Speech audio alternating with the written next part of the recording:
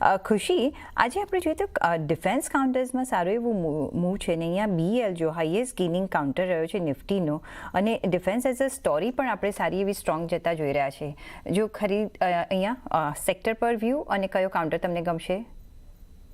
Defence overall જેમ તમે પણ કીધું કે સેક્ટરમાં સારી એવી રેલી જોવા મળી છે, મોમેન્ટમ પણ સારું છે.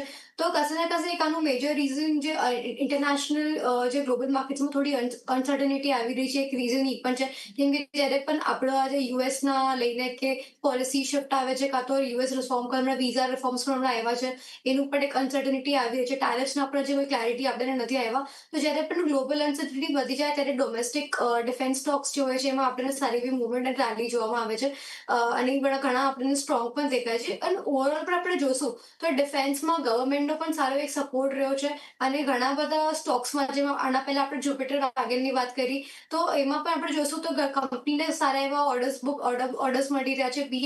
BL જે આપણે તમને મેન્શન કર્યું એમાં પણ આપણને સારા એવા હમણાં વિન્સ આવી રહ્યા છે, અને જોશું આપણે તો જે ઓર્ડર વિન્સ કંપનીના આવી રહ્યા છે ઘણા સારા એવા લેવલ પર આવી રહ્યા છે. પ્લસ જે પાઇપલાઇન બની રહી છે કંપનીઝના પાસે ઘણી સારી એવી બની રહી છે. તો ડેટા પેટર્ન્સ થઈ ગયું, પારસ ડિફેન્સ થઈ ગયું, આ બધા કાઉન્ટર્સ આપણે ફોકસમાં રાખી શકીએ છીએ એના માટે.